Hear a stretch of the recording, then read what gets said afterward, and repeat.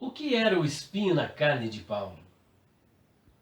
A pergunta sobre o que era o espinho na carne de Paulo tem sido objeto de muita polêmica, debates e controvérsias ao longo da história do cristianismo. Desde o primeiro século da era cristã, muitas hipóteses têm sido levantadas a fim de explicar e até mesmo responder a essa pergunta tão enigmática.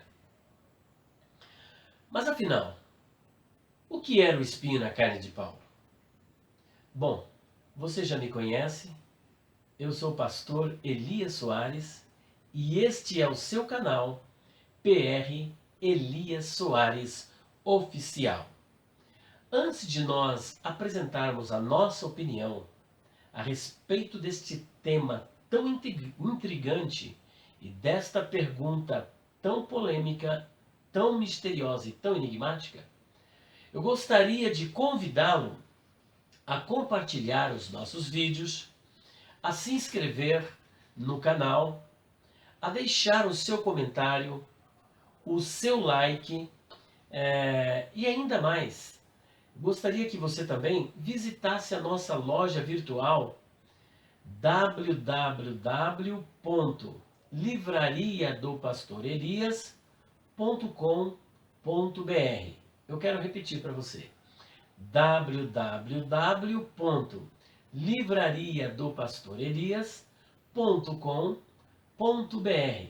E não se esqueça também de deixar a sua opinião de vídeo, aquilo que você gostaria que nós estivéssemos discutindo aqui. E muito mais também.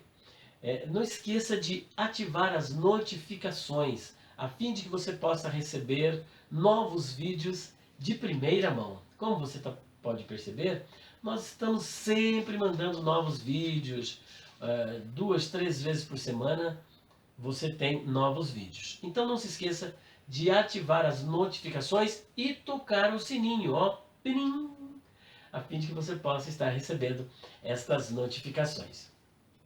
Bom, eu ainda quero aproveitar para dizer para você que nós estamos próximos a estar disponibilizando este livro, Perguntas Difíceis de Responder, volume 3. São mais de 300 páginas, 59 perguntas e respostas. Entre elas, quem são os filhos de Deus em Gênesis 6:2? O que a mulher de Jó disse para ele? Amaldiçoa Deus e morre ou abençoa Deus e morre? Você sabia que o canto do galo não era o canto de uma ave? Quantas tribos havia em Israel? Bom, são 59 temas polêmicos. E até o dia 10 de novembro, se Deus quiser, este livro já estará disponível. Só que a gente tem uma novidade. Para você que quiser fazer uma compra antecipada, você vai levar esta obra por apenas R$ 50, já incluso a taxa de correio. Então você vai estar ganhando de brinde a taxa de correio, porque ele custa R$ 74,90 e você vai pagar apenas R$ 50, só que você vai ganhar a taxa de correio para qualquer lugar do Brasil.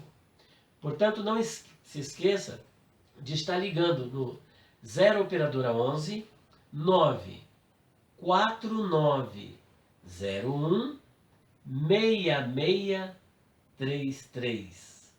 0 operadora 11 94901 6633. Veja bem, nós vamos agora trabalhar esta pergunta, esse tema, que inclusive alguns internautas têm até sugerido esse tema e hoje resolvemos trabalhá-lo. O que era o espinho na carne de Paulo? Antes de respondermos a pergunta, vamos fazer a leitura do texto bíblico, onde consta esta expressão metafórica, porque o que nós temos aqui é uma metáfora. Era algo que causava tanta dor em Paulo, tanto sofrimento, causava algum incômodo, que ele comparou como se fosse um espinho na sua carne. Eu sei o que é isso, porque já tive alguns espinhos, literalmente falando, na minha carne. Só que aqui é uma linguagem metafórica. E Tudo isso está escrito na segunda carta de Paulo aos Coríntios, capítulo de número 12, que eu quero convidar você a fazer a leitura comigo. O texto é um pouco extenso, é do versículo 1 até o versículo 10.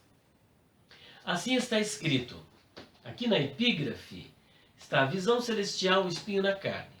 E o texto diz o seguinte: em verdade que não convém gloriar-me, mas passarei as visões e revelações do Senhor. Conheço um homem em Cristo que, há 14 anos, se no corpo, não sei, se fora do corpo, não sei, Deus o sabe, foi arrebatado até o terceiro céu, e sei que o tal homem, se no corpo, se fora do corpo, não sei, Deus o sabe, foi arrebatado ao paraíso e ouviu palavras inefáveis que ao homem não é lícito falar. De um assim me gloriarei eu, mas de mim mesmo não me gloriarei, senão nas minhas fraquezas. Porque se quiser gloriar-me, não serei nécio, porque direi a verdade. Mas deixo isso para que ninguém cuide de mim mais do que em mim vê ou de mim ouve. E para que me não exaltasse pelas excelências das revelações, foi-me dado um espinho na carne, a saber, um mensageiro de Satanás, para me esbofetear, a fim de não me exaltar. Acerca do qual 3 vezes orei ao Senhor, para que se desviasse de mim. E disse-me, a minha graça te basta, porque o meu poder se aperfeiçoa na fraqueza. De boa vontade, pois, me gloriarei nas minhas fraquezas, para que em mim habite o poder de Cristo. Olha só que curioso, que tão interessante, né? Ele apresenta esta figura, essa linguagem metafórica, uma área da estilística que trata das figuras de construção, de pensamento, de linguagem. E nessa linguagem metafórica, ele compara algo que ele estava passando ou sentindo, que nós vamos ver no decorrer do texto, a um espinho na sua carne, mas também ele diz que era um mensageiro de Satanás para esbofeteá-lo. Será que havia um anjo maligno, um demônio que estava agitando Paulo? Eu creio que aqui também é uma outra figura de linguagem.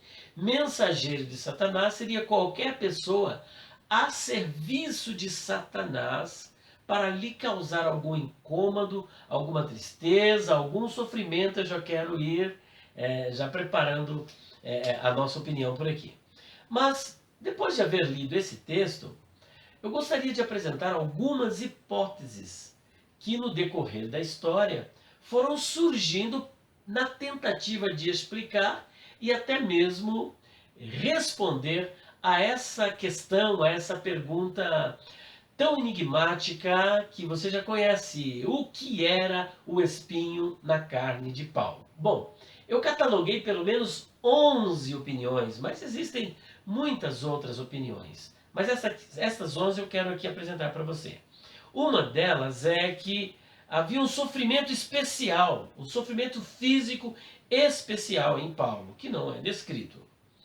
A segunda, alguns atribuem que era uma grande dor de cabeça que ele tinha. E a terceira é que ele sofria de enxaqueca. São hipóteses. Tertuliano chegou a dizer que o problema de Paulo era dores de ouvido. E ainda outros sugeriram que fosse epilepsia, já é a quinta sugestão. A sexta é que é oftalmia, isso com base em Gálatas capítulo 4, versículo 15, onde Paulo diz que se fosse possível, os irmãos da Galácia seriam capazes de arrancar os seus olhos e dar a ele. E no capítulo 6, versículo 11, ele diz, vede que com grande letras eu vos escrevi. Eu quero pensar aqui que essa questão das grandes letras seria um exagero, algo que ele estava escrevendo para chamar a atenção e não que fossem letras garrafais. Eu penso que possa ser isso, né? Mas fato é que alguns atribuem que ele estava com problema de visão, como eu estou ficando aqui, né? Usando já um óculos de 3 graus, e naquela época o problema de visão era muito grande, então fica esta sugestão aqui que alguns chegam a pensar que era a questão da oftalmia, problema de visão. Mas existem ainda outros que atribuem esse problema de Paulo, esse espinho na carne, como se fosse a febre malária muito comum naquelas regiões da Galácia, que ele provavelmente nas suas viagens, que tanto fazia, ele possa ter adquirido essa enfermidade que era a febre malária.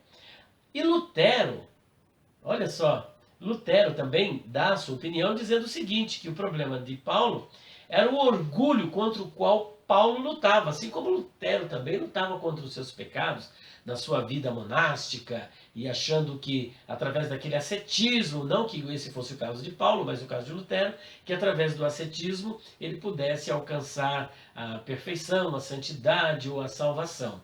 Então ele pensa que Paulo, o problema dele era um grande combate contra o seu orgulho, contra a sua arrogância.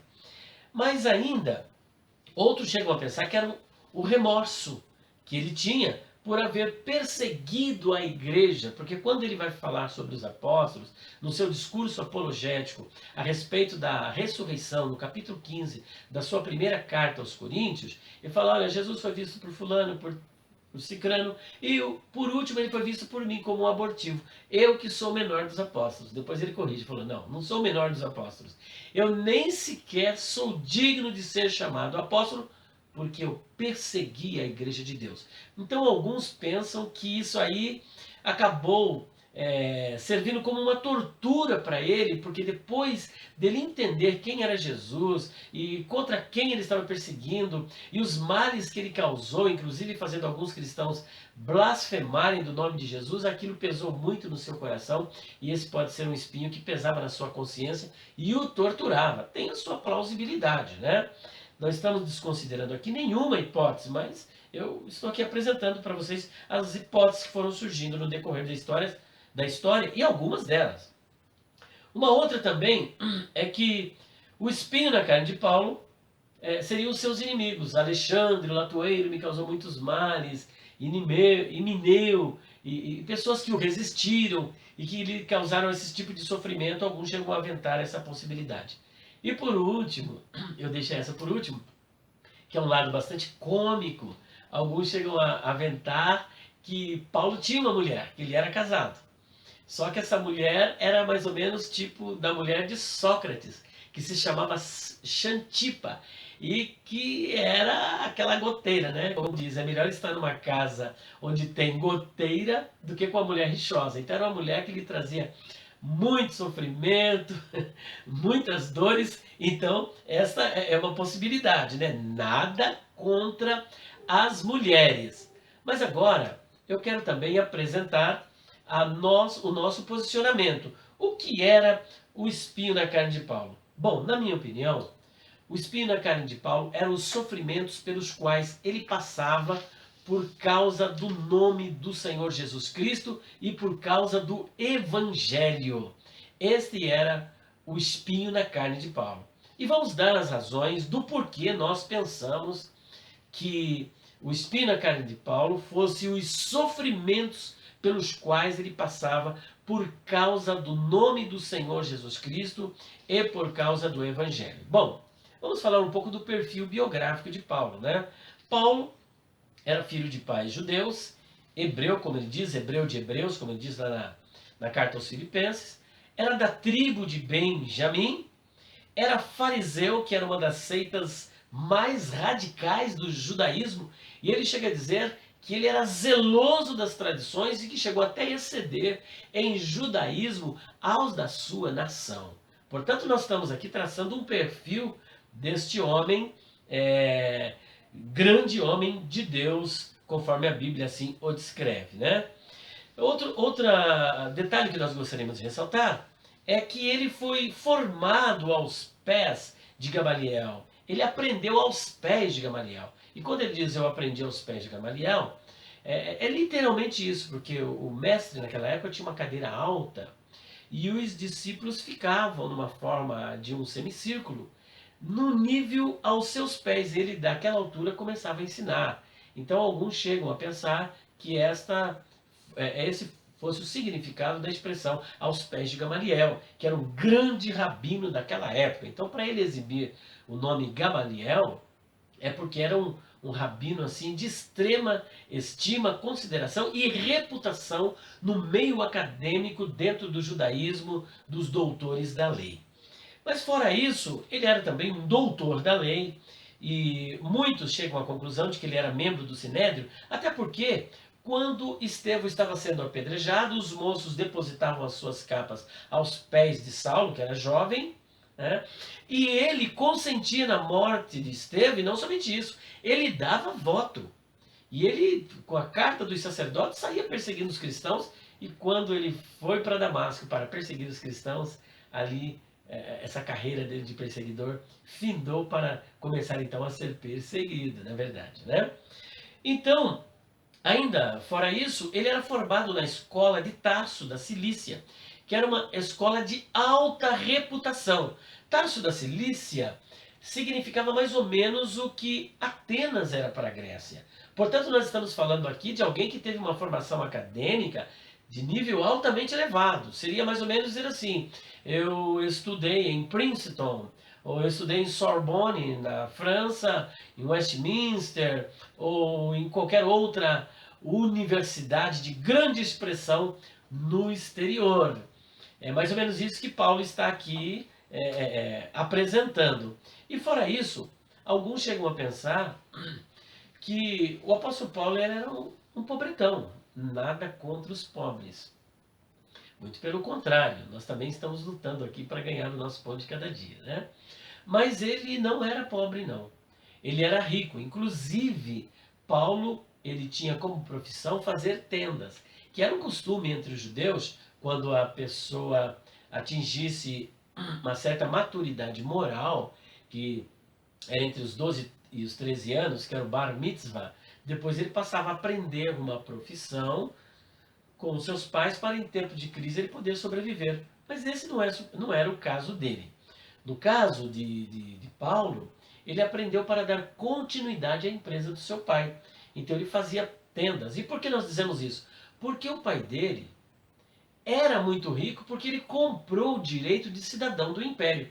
Você se lembra que quando Paulo estava prestes a ser açoitado, ele disse que era cidadão romano, e aí todos pararam com tudo, porque açoitar um cidadão romano não era brincadeira. E aí o tribuno disse assim: mas você é cidadão romano? Como assim? Falou: eu com uma grande soma de dinheiro eu consegui esse status de cidadão romano. Paulo disse: eu sou por nascimento, eu nasci cidadão romano. Logo, se a soma de dinheiro era muito grande, naquela época a pessoa precisava disponibilizar um grande capital. Então, vamos vendo aqui esse perfil do apóstolo Paulo, né? Ainda além disso, Paulo também era um poliglota. E ele era cidadão do império. Um cidadão do império, ele gozava de alguns privilégios que não era comum dos demais cidadãos. Por exemplo, o apóstolo São Paulo, quando está prestes a ser açoitado, além de dizer que era um cidadão romano, quando ele diz que é um cidadão romano, ele estava fazendo uso dos seus direitos e muito mais. Ele diz assim, ó: é lícito açoitar um cidadão romano sem antes ser condenado? Então veja que quando ele disse isso, meu Deus, ele aterrorizou a todos. Por quê? Ele estava fazendo alusão a uma antiga lei que protegia os cidadãos romanos, que antigamente chamava-se Lex Valéria, e depois essa lei foi aperfeiçoada por uma lei chamada Lex Pórcia, que dava o direito a um cidadão do império não ser açoitado sem uma condenação formal. E alguns chegam até a dizer que mesmo depois de condenado, ele não poderia ser açoitado. Então ele tinha vários privilégios. Ele tinha, por exemplo, direito ao voto. Ele tinha um outro direito também, que quando ele está prestes a ser julgado, que Festo diz: Paulo, você quer ser julgado por mim em Jerusalém? Ele, sabendo de toda a emboscada que estava sendo armada contra ele, ele tirou a carta da manga e disse: eu apelo para César. Esse eu apelo para César era um direito do cidadão do império, conhecido como provocatio ad imperium, que era um direito do cidadão romano de fazer apelação quando sentindo-se injustiçado num tribunal de instância inferior, ele apelava para um tribunal de instância superior. E veja que mais à frente ele vai dizer, falar um pouquinho acerca do seu sofrimento, na segunda carta aos Coríntios. Ele vai dizer o seguinte, na segunda carta aos Coríntios, olha só o que ele diz aqui, olha. São ministros de Cristo, falo como fora de mim, eu ainda mais, em trabalhos muito mais, em açoites mais do que eles, em prisões muito mais e em perigo de morte muitas vezes. Recebi dos judeus 5 quarentenas de açoites, menos um. Espera aí um pouquinho. Como cidadão do império, ele não poderia ser açoitado sem uma condenação formal, e alguns chegam a dizer que nem sequer poderia ser açoitado. Como é que ele relata aqui na segunda carta dos Coríntios, capítulo 11, versículo 23 e 24, dizendo que recebeu muitos açoites, e inclusive dos judeus, ele recebeu 5 quarentenas de açoites, menos um. Ou seja, de acordo com a tradição, determinados crimes eram punidos com a chibatada, que era o azorrague. Só que as pessoas, os carrascos, não podiam ultrapassar o número de 40, e por isso eles davam 39. E aí a razão pela qual Paulo diz que recebeu 5 quarentenas menos um, ou seja, 39 chibatadas cada vez. Mas espera um pouquinho. Se ele não podia ser açoitado pelos romanos, como é que ele se deixava açoitar pelos judeus? Aí começa a explicação do significado do espinho na carne de Paulo, que eram os sofrimentos pelos quais ele passava. Portanto, Paulo ele se submetia a esse tipo de sofrimento, ser açoitado. Porque se ele quisesse, ele poderia ter levado os judeus às raias do tribunal romano e condená-los à crucificação, que era uma das mais bárbaras condenações. Era conhecida, inclusive naquela época, como uma invenção satânica. Mas Paulo era afrontado, humilhado, açoitado, e tudo isso ele fazia por amor dos eleitos. Ele chegou a dizer, fiz-me de judeu para ganhar os judeus, fiz-me de fraco para os fracos, e fiz-me de tudo para ver se de todas as maneiras eu pudesse ganhar alguns. Então ele se submetia a muitos sofrimentos, a humilhações, e eu creio que muitos dos sofrimentos descritos naquelas 11 hipóteses também possam estar incluídos nisso, e trazendo como um martírio para ele, um grande sofrimento. E esse seria então o espinho na carne de Paulo. Veja que Paulo, gozando de todos esses privilégios, sintetizando na sua personalidade as 3 grandes culturas da época, a romana, a helênica e a judaica, doutor da lei, membro do Sinédrio, um homem muito articulado, com vários privilégios, ele ainda começa a dizer aqui na sua segunda carta o seguinte, ó: 3 vezes fui açoitado com varas, 1 vez fui apedrejado, 3 vezes sofri naufrágio, 1 noite e 1 dia passei no abismo, em viagens muitas vezes, em perigos de rios, em perigo de salteadores, em perigo dos da minha nação, em perigo dos gentios, em perigos na cidade, em perigos no deserto, em perigos no mar, em perigos entre os falsos irmãos, em trabalhos e fadiga, em vigílias muitas vezes, em fome e sede, em jejum muitas vezes, em frio e nudez. Além das coisas exteriores, me oprime cada dia o cuidado de todas as igrejas. Quem enfraquece, que eu também não enfraqueça? Quem se escandaliza, que eu não me abrase? Se convém gloriar-me, gloriar-me-ei no que diz respeito à minha fraqueza. O Deus e Pai de nosso Senhor Jesus Cristo, que é eternamente bendito, sabe que não minto. Em Damasco, o que governava sobre o rei Aretas, pôs guardas às portas da cidade dos Damascenos para me prenderem, e fui descido num cesto por uma janela da muralha, e assim escapei das suas mãos. Então ele faz alguns relatos desse seu sofrimento, e veja que na sua primeira carta aos Coríntios, no capítulo 4, ele apresenta aqui o seu sofrimento de uma forma chocante. Para você que é obreiro, que é pastor, e que acha que está sofrendo por causa do Evangelho, olha para esse baluarte da fé, esse grande homem de Deus, o que ele passava, tendo o direito de se livrar de tudo isso, mas não se livrava por causa do seu amor que ele tinha pela obra e pelo Senhor e Salvador Jesus Cristo, pelo seu Evangelho. Olha o que ele diz. Porque tenho para mim que Deus a nós, apóstolos, nos pôs por últimos, como condenados à morte, pois somos feitos espetáculo ao mundo, aos anjos e aos homens. Nós somos loucos por amor de Cristo, e vós sábios em Cristo. Nós fracos e vós fortes, vós ilustres de nós vis. Até esta presente hora, sofremos fome e sede, e estamos nus e recebemos bofetadas e não temos pousada certa. E nos afadigamos trabalhando com nossas próprias mãos. Somos injuriados e bendizemos, somos perseguidos e sofremos. Somos blasfemados e rogamos. Até o presente temos chegado a ser como o lixo deste mundo e como a escória de todos. Isso é muito forte, meu amigo. Pensa bem o que esse homem passou. Sofrimentos por causa do Evangelho, por causa do Senhor e Salvador Jesus Cristo. E às vezes alguns pensam que estão sofrendo, tendo casa na Alphaville, andando de helicóptero, de avião. Meu querido, vamos olhar para o Evangelho. E Paulo, diante de tudo isso, ele vai mostrar que realmente, nós chegaremos à conclusão de que realmente o espinho na carne de Paulo eram os seus sofrimentos. Veja como é que ele vai terminar aqui, segunda carta aos Coríntios, capítulo 12, a partir do versículo 7. E para que me não exaltasse pelas excelências das revelações, e aqui parece então que Lutero tem uma certa razão, né? Do seu orgulho, da sua vaidade, um homem de um temperamento colérico, intransigente, espírito indomável, arrogante, soberbo, exaltado, cruel, né? Dominador, polêmico.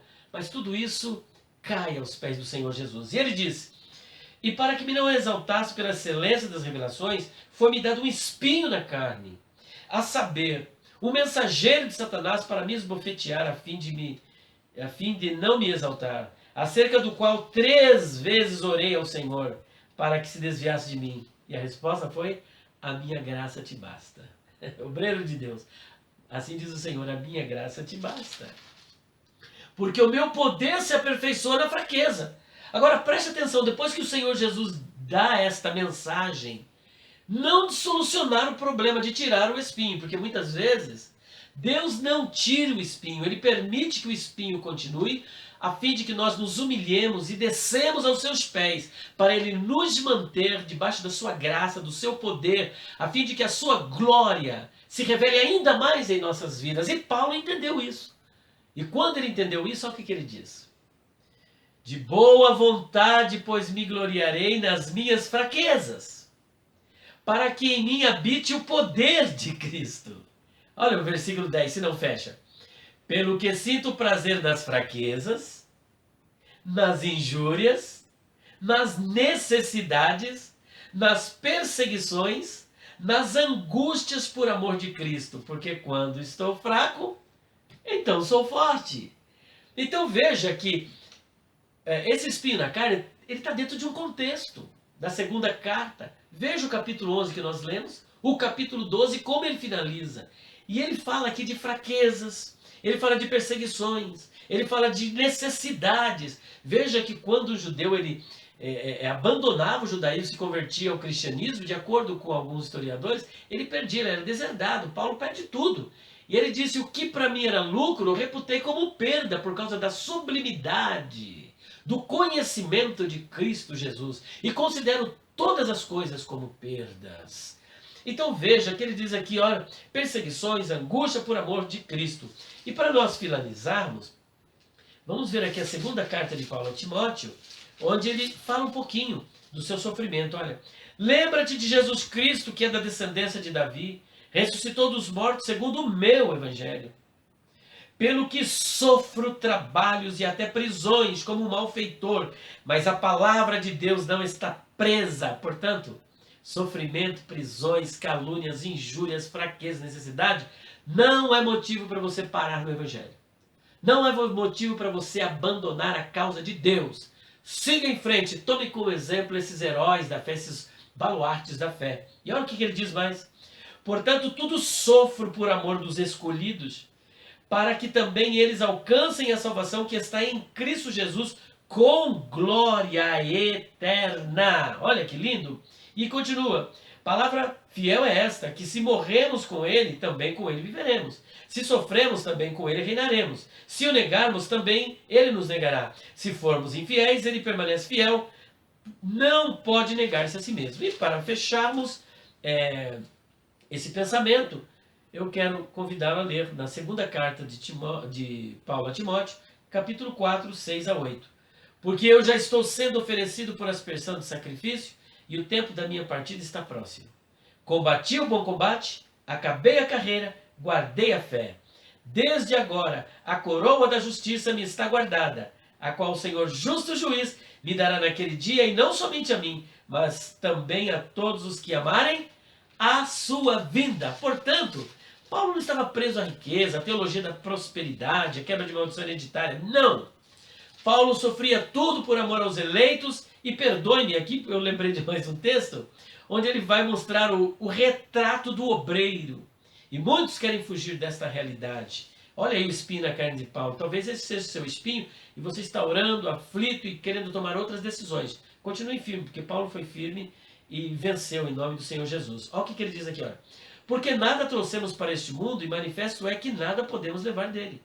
Tendo, porém, sustento e com que nos cobrirmos, estejamos com isso contentes. Mas os que querem ser ricos caem em tentação e em laço e em muitas concupiscências loucas e nocivas que submergem os homens na perdição e ruína. Porque o amor do dinheiro é a raiz de toda espécie de males. E nessa cobiça, alguns se desviaram da fé e se traspassaram a si mesmos com muitas dores. Mas tu, ó homem de Deus, foge dessas coisas e segue a justiça, a piedade, a fé, o amor, a paciência, a mansidão, milita a boa milícia da fé, toma posse da vida eterna, para a qual também fosse chamado, tendo já feito boa confissão diante de muitas testemunhas. Que Deus abençoe a sua vida. Eu penso que o espinho na carne de Paulo é justamente isso. Os sofrimentos pelos quais ele passava por causa de Cristo e do Evangelho e daquelas pessoas que ele queria ganhar para Cristo. Ele podia, se quisesse, sacudir o jugo e sair livre de tudo isso. Mas ele estava preso ao amor de Cristo. O amor de Cristo me constrange, ele dizia. Ele não tinha como mais sair fora disso. Lá na igreja da Galácia, ele escreve lá no capítulo 2, versículo 20. Já estou crucificado com Cristo e vivo. Não mais eu, mas Cristo vive em mim. Que Deus abençoe a sua vida. Em nome do Senhor Jesus Cristo.